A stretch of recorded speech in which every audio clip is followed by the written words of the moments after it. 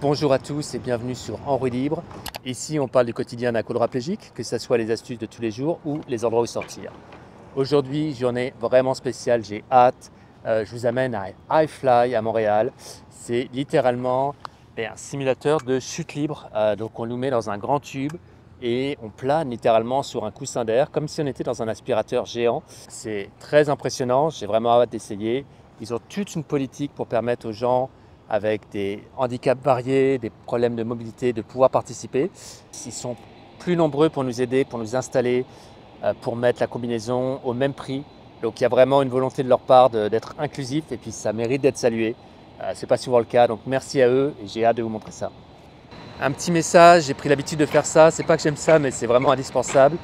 Vous êtes encore 97% à regarder les vidéos sans être abonné. Si le message que j'essaie de faire passer vous intéresse, l'accessibilité universelle vous paraît pertinent et que vous voulez soutenir la chaîne, likez, abonnez, partagez, commentez. Ça fait une immense différence au niveau de YouTube.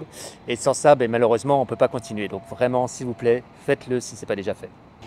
Donc on a un stationnement adapté. On a une rampe apparemment de ce côté-là. Et la rampe d'accès est là-bas. Donc on va faire un petit détour. Mais bon, au moins, il y a une rampe, on ne va pas se plaindre. Ça change des marches. Au niveau de l'entrée, malheureusement, il n'y a pas de touche pour ouvrir la porte. Merci beaucoup. Thank you. Donc bon, la rampe est parfaite, il manque juste un bouton pour ouvrir la porte, mais le staff est là pour vous aider. Vous leur faites signe. De toute façon, il faut réserver à l'avance, ils savent que vous venez et ils vont pouvoir vous ouvrir la porte sans problème. En tout cas, on a les toilettes handicapées, c'est plutôt le fun. Il y a un très très bel escalier en colimaçon qu'on ne va pas utiliser. On a un lève-personne à la place qui va, à mon avis, être beaucoup plus utile pour nous.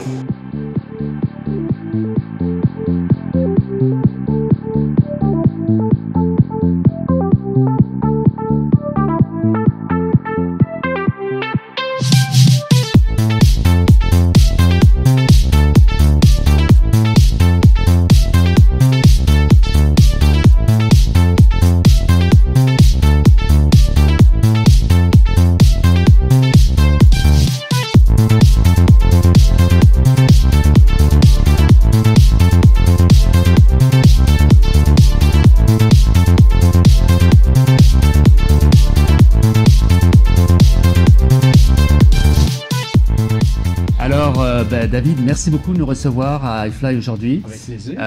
Si je comprends bien, peux-tu m'expliquer un petit peu ce que tu fais ici à iFly? Dans le fond, nous, c'est un simulateur de chute libre intérieure. En termes de sensation, ça va ressembler à ce qu'on aurait si on sautait d'un avion. La résistance de l'air. Exactement, ouais. La résistance des molécules d'air. Et donc, c'est un ouragan de force 3 environ dans lequel on vole. Donc, c'est des vents de 170-180 km/h pour l'adulte moyen. L'enfant vole à peu près à 140 km/h. Et puis, iFly, si je comprends bien, ça fait combien de temps que ça existe? Puis si j'ai bien compris, il y a une histoire québécoise là-dedans? Il y a une histoire québécoise, une histoire canadienne, oui. Premièrement, la soufflerie pour l'homme a été inventée ici au Québec dans les années 80. Mais au Québec, c'est pas mal le seul endroit où on peut faire ça. C'est le seul au Québec. C'est le premier au Canada. On a ouvert en 2009. Ça fait depuis 2009 que je travaille ici. Écoute, j'ai vraiment, dès qu'on s'est contacté, eu le sentiment que l'accessibilité universelle, c'était quelque chose qui vous tenait vraiment à cœur. Oui. C'est quelque chose que vous vouliez développer et vraiment inclure le plus de monde possible. Est-ce que tu peux m'en dire plus par rapport à ça? Dès le départ, je te dirais, c'était le rêve de l'ancien propriétaire. D'accord. D'inclure ça puis de mettre ça le plus accessible possible. Auparavant, on faisait voler pas mal toutes les conditions physiques. Ouais. Mais ce qui avait été difficile, c'était les personnes un peu dans ton état, je te dirais. Paraplégique, quadraplégique, tétraplégique. Ouais, c'est les deux sont admis. Tout ça était difficile parce que il n'y avait pas de contrôle des jambes. Ouais. Et étrangement, dans les débuts, c'était communément appelé du duct tape. C'était vraiment les jambes avec du scratch autour et tenues comme ça, mais on cherche une certaine symétrie.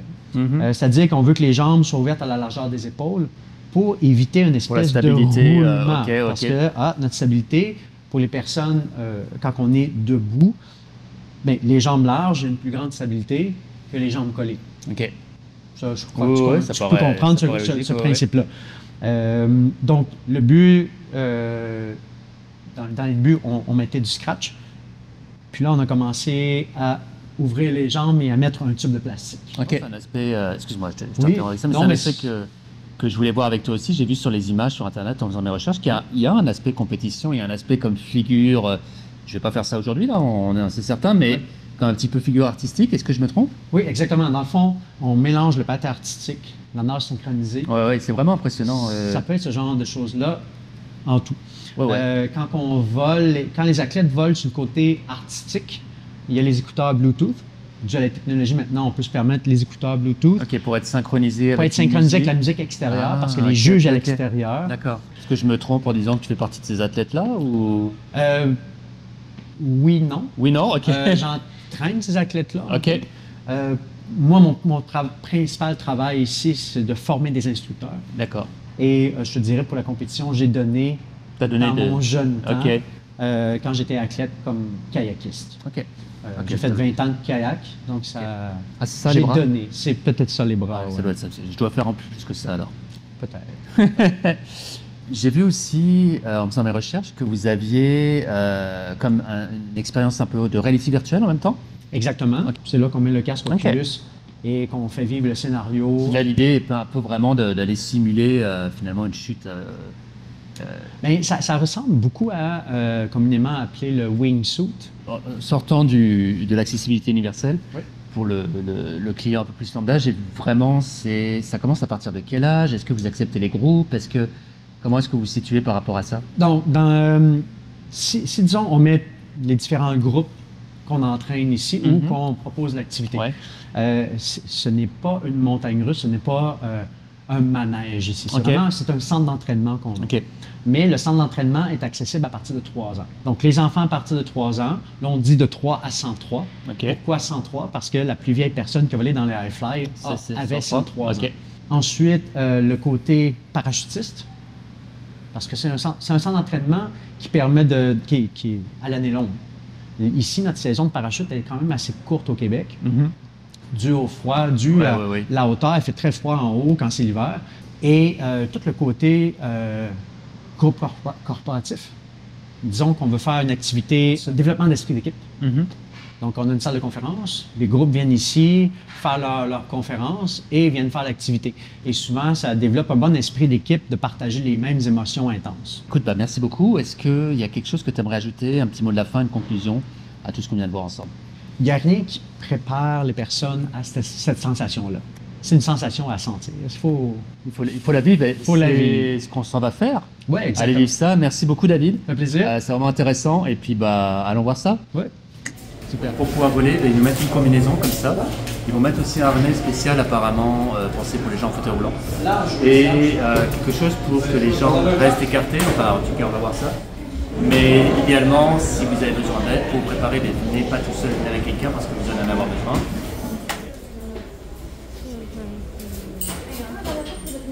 Après avoir fait tous les préparatifs, c'est le moment de se lancer. Bien évidemment, on ne peut pas juste rentrer là-dedans en fauteuil, donc là on est à l'extérieur. Ils vont me porter à 3 pour pouvoir me poser vraiment à l'entrée de la soufflerie. Un dernier briefing avant le premier vol. Et c'est parti, ça souffle très très fort, le bruit est vraiment intense. C'est pour ça qu'ils nous mettent des bouches-oreilles d'ailleurs. C'est le premier vol, donc le but c'est vraiment de se familiariser avec les éléments, d'essayer d'être le plus stable possible. Au début, vous voyez, ils sont 2 à me tenir pour m'assurer que je suis à l'aise. Petit à petit, ils vont commencer à me lâcher de plus en plus pour que je trouve à peu près mon point d'équilibre et que je puisse pleinement vivre l'expérience. On voit déjà qu'ils me tiennent un peu moins, que je suis pas mal plus indépendant.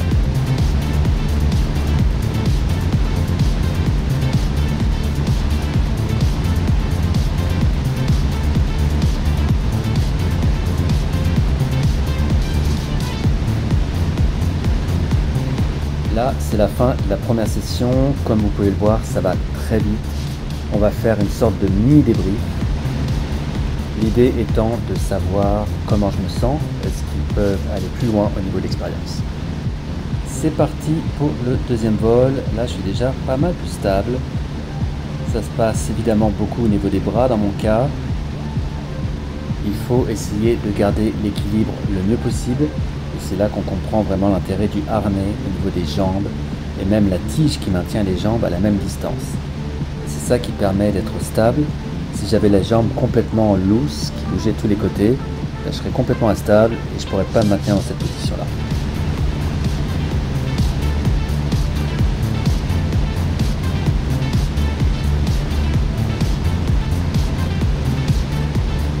Là, ils font un signe aux techniciens pour partir sur la période un peu plus acrobatique, on va dire. J'étais pas spécialement prêt, je ne savais pas que ça allait arriver à ce moment-là, en tout cas pas aussitôt. Et j'en ai eu pour mon argent. C'est vraiment impressionnant, ça bouge très vite. Ça se voit peut-être pas sur la vidéo, mais croyez-moi, quand on est dedans, ça bouge, ça remue. Alors, on n'est pas du tout abandonné, ils me tiennent des deux côtés. C'est eux qui font que je puisse bouger comme ça. Et c'est vraiment une belle expérience, grosse montée d'adrénaline. Et enfin, pour le dernier vol, comme on en avait parlé à l'entretien, c'est l'expérience du casque VR, le casque de réalité virtuelle. On ne peut pas le voir sur la vidéo, mais moi, ce que je vois dans le casque, c'est un fjord. Je suis littéralement en train de voler sur le dessus d'un fjord, en Finlande ou en Islande, quelque chose comme ça. Et je suis le courant d'eau. C'est vraiment impressionnant. Ok, c'est vraiment intense, c'est très surprenant. Le vent, la sensation du vent, surtout la deuxième partie avec le casque de réalité virtuelle, parce qu'il n'y avait pas la visière. Tout rentrer dans les narines, c'est vraiment impressionnant. Mais oui, tu as l'impression de voler, tu as l'impression de flotter. C'est vraiment hot pour l'équipe, est génial. Ils sont hyper rassurants. Tu sens que tu n'es pas abandonné là-dedans, tu n'as vraiment aucune inquiétude à avoir. Et ouais, très belle expérience, je suggère. Le casque d'air aussi, ça vaut la peine. J'avais vraiment l'impression de voler là-dedans.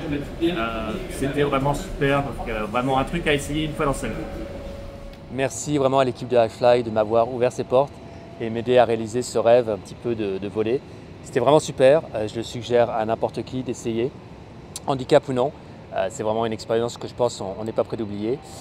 Merci d'avoir regardé la vidéo jusqu'au bout, n'hésitez pas à vous abonner si ce n'est pas déjà fait et à la prochaine.